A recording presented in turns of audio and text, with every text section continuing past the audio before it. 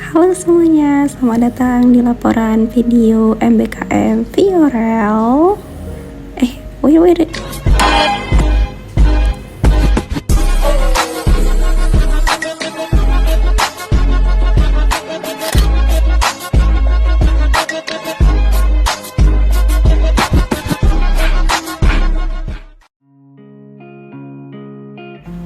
Hai semuanya, perkenalkan nama saya Viorel Fania Situmorang, mahasiswa program studi S1 Manajemen Fakultas Ekonomi dan Bisnis Universitas Sumatera Utara. Pada kesempatan kali ini, saya akan membagikan seluruh pengalaman pembelajaran hingga refleksi mendalam selama saya melaksanakan program tersebut di salah satu perusahaan telekomunikasi terbesar di Indonesia, yaitu PT Telkom Indonesia Persero Tbk. Video ini dibuat sebagai bentuk pertanggungjawaban akademis sekaligus sharing session bagi teman-teman semua mengenai bagaimana dunia kerja nyata membentuk kesiapan kita sebagai calon profesional di bidang manajemen. Stay tune ya! Selama menjalani program magang, saya ditempatkan di divisi yang berfokus pada manajemen rantai pasok dan kemitraan strategis. Tugas utama dan tanggung jawab harian saya berpusat pada proses outbound logistik atau OBL dan juga bidding management, khususnya dalam skema kerjasama business to business atau B2B dengan para mitra terkait. Aktivitas konkret yang saya lakukan sehari-hari meliputi penyusunan dan drafting dokumen OBL, melakukan rekonsiliasi data pengiriman, hingga terlibat langsung dalam proses administratif penyusunan draft kontrak kerjasama B2B ini. Di sini, saya belajar bagaimana sebuah korporasi besar memastikan aliran layanan dan produk tersalurkan dengan efisien, serta berkekuatan hukum yang jelas melalui kontrak konkret yang strategis dan presisi. Sebagai mahasiswa S1 Manajemen, magang di posisi ini memvalidasi banyak sekali teori yang selama ini hanya saya baca di buku teks. Pengalaman di bidang OBL dan B2B contract ini ternyata sangat sejalan dengan struktur kurikulum di prodi kita. Pertama, aktivitas logistik dan manajemen rantai pasok ini merefleksikan implementasi nyata dari mata kuliah manajemen operasional dan riset operasi, di mana efisiensi jalur distribusi menjadi kunci keberhasilan bisnis. Kedua, karena Telkom bergerak di industri jasa, proses menjaga hubungan baik serta menyusun kontrak kerjasama B2B ini sangat erat kaitannya dengan mata kuliah pemasaran jasa dan pemasaran relasional. Di sini, saya melihat bagaimana service level agreement disusun untuk menjaga loyalitas mitra korporat. Selain itu, aspek dasar seperti manajemen strategi dan pengantar bisnis membantu saya memahami big picture, mengapa sebuah kontrak B2B harus menguntungkan kedua belah pihak secara jangka panjang. Bahkan, mata kuliah hukum bisnis dan English for Business and Professional Communication terbukti krusial saat saya harus menelaah klausul draft kontrak agar tidak terjadi miskomunikasi regulasi. Banyak sekali value baru yang membentuk karakter saya setelah menyelesaikan program ini. Secara profesional, saya ditempa menjadi pribadi yang jauh lebih teliti. Mengurus draft kontrak OBL artinya tidak boleh ada salah ketik satu angka atau satu huruf pun, karena dampaknya bisa legal dan finansial. Saya juga belajar arti disiplin tinggi dalam mengejar deadline korporasi, serta melatih inisiatif dan leadership saat harus berkoordinasi antar divisi demi mempercepat proses administrasi mitra. Namun, di luar aspek teknis, ada satu pelajaran hidup yang sangat membekas di hati saya. Merasakan sendiri dunia kerja dari pagi sampai sore, menghadapi tekanan dan memeras energi membuat saya sadar mencari uang itu ternyata capek banget. Pengalaman ini secara otomatis mengubah cara pandang saya dalam mengelola keuangan pribadi. Saya menjadi jauh lebih hati-hati dalam mengeluarkan uang, lebih menghargai setiap rupiah dan menerapkan prinsip financial wisdom yang nyata karena tahu betapa besarnya usaha yang dikeluarkan untuk menghasilkan pendapatan. Tentu saja perjalanan magang ini tidak selalu mulus.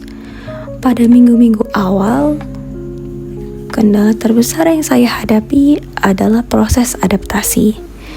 Ritme kerja korporasi besar seperti Telkom bergerak sangat cepat dengan istilah-istilah teknik logistik dan legalitas yang asing bagi saya. Jujur, saya sempat merasa overwhelmed atau kewalahan dengan volume dokumen yang harus diperiksa dan dikoordinasikan. Ditambah lagi, ada fase di mana saya harus bekerja di bawah tekanan atau under pressure, terutama saat timeline penandatanganan kontrak dengan mitra sudah dekat.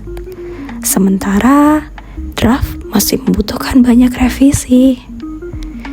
Rasanya campur aduk antara takut salah dan tuntutan untuk bergerak cepat. Namun seiring berjalannya waktu dengan keinginan belajar dan motivasi serta support system, alhamdulillah saya sudah bisa beradaptasi dan mengikuti ritme kerja, dan hingga sampai di pembuatan video ini dan juga akhir dari magang ini. Sebagai masukan konstruktif untuk program magang ke depannya, alangkah baiknya jika di awal periode diberikan sesi handover materi atau mini training yang lebih terstruktur mengenai glosarium istilah teknis internal divisi, agar pemagang baru tidak terlalu bingung atau in the blank state ketika hands-on kerjaan.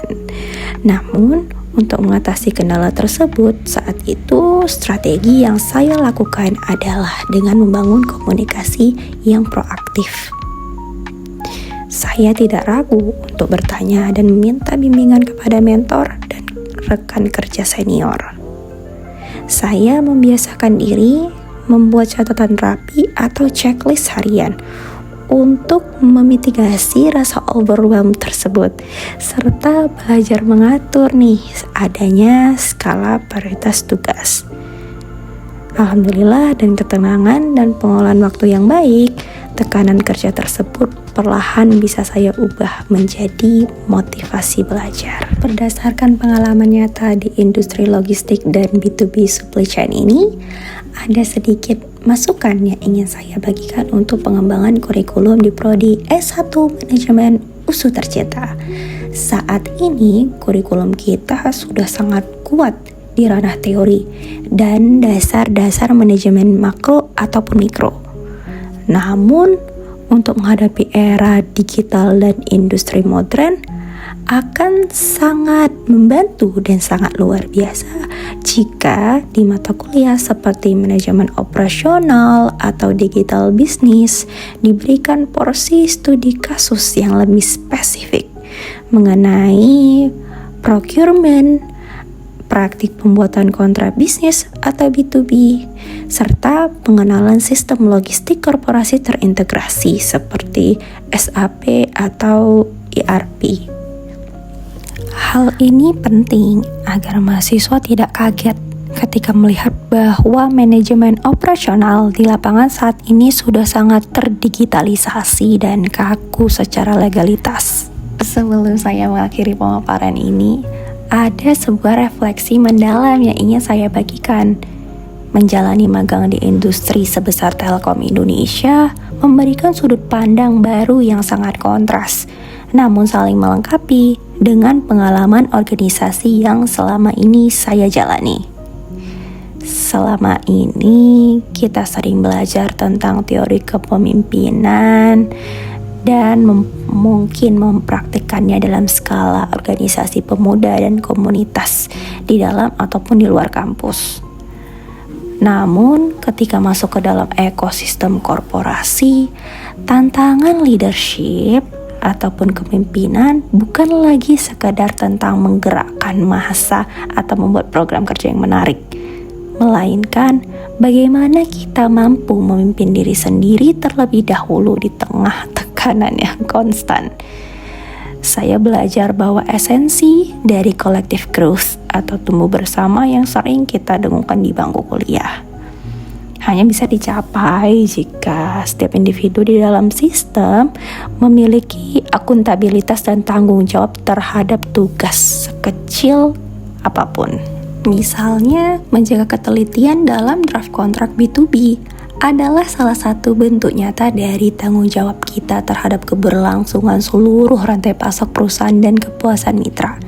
Oleh karena itu, bagi teman-teman sesama mahasiswa Prodi S1 Manajemen, saya sangat merekomendasikan program magang bersertifikat seperti ini. Jangan pernah takut untuk keluar dari zona nyaman. Teori ber-IPK tinggi yang kita kejar di kelas adalah pondasi dan bekal yang sangat berharga. Tetapi dinamika lapangan, mentalitas baja dan kemampuan adaptasi yang lincah adalah instrumen yang akan benar-benar mematangkan kita sebagai sarjana manajemen yang siap kerja dan berdampak. Tidak terasa kita sudah sampai di penghujung video laporan magang ini. Terima kasih sebesar-besarnya saya ucapkan kepada seluruh jajaran manajemen dan mentor di PT Telkom Indonesia Persero Tbk yang telah menerima dan mendidik saya. Rasa hormat dan terima kasih juga saya sampaikan kepada program studi S1 Manajemen USU serta para dosen pengampu yang senantiasa membimbing kami dengan luar biasa. Terkhusus kepada orang tua saya. Terima kasih. Wassalamualaikum.